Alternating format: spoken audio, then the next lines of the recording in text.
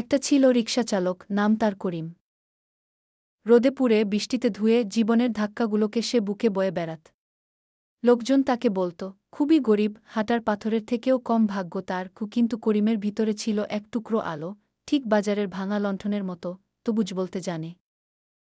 ভোরে যখন শহরটা এখনও চোখ মেলে না, করিম তখন রিকশার হ্যান্ডেল ধরে রাস্তায় নামে। চাকার ঘূর্ণন যেন তার মনের প্রার্থনা, প্রতিদিন নতুন করে বেঁচে ওঠা। যাত্রীদের হাসি, রাগ, গল্প সবই সে নীরবে জমিয়ে রাখে, যেন জীবন নামের নোটবিতে আঁকা দাগ। একদিন একটি ছোট্ট বাচ্চা উঠল তার রিকশায়। পকেটে মাত্র 10 টাকা, চোখে পৃথিবীর সমস্ত ভয়। করিম টাকার কথা না ভেবে তাকে বাড়ি পৌঁছে দিল। বাচ্চা নামার সময় শুধু বল, চাচা, আপনি খুব ভালো। সেদিন রাতে করিম বাড়ি ফিরে দেখল তার মেয়ে রান্নাঘরে হাসছে।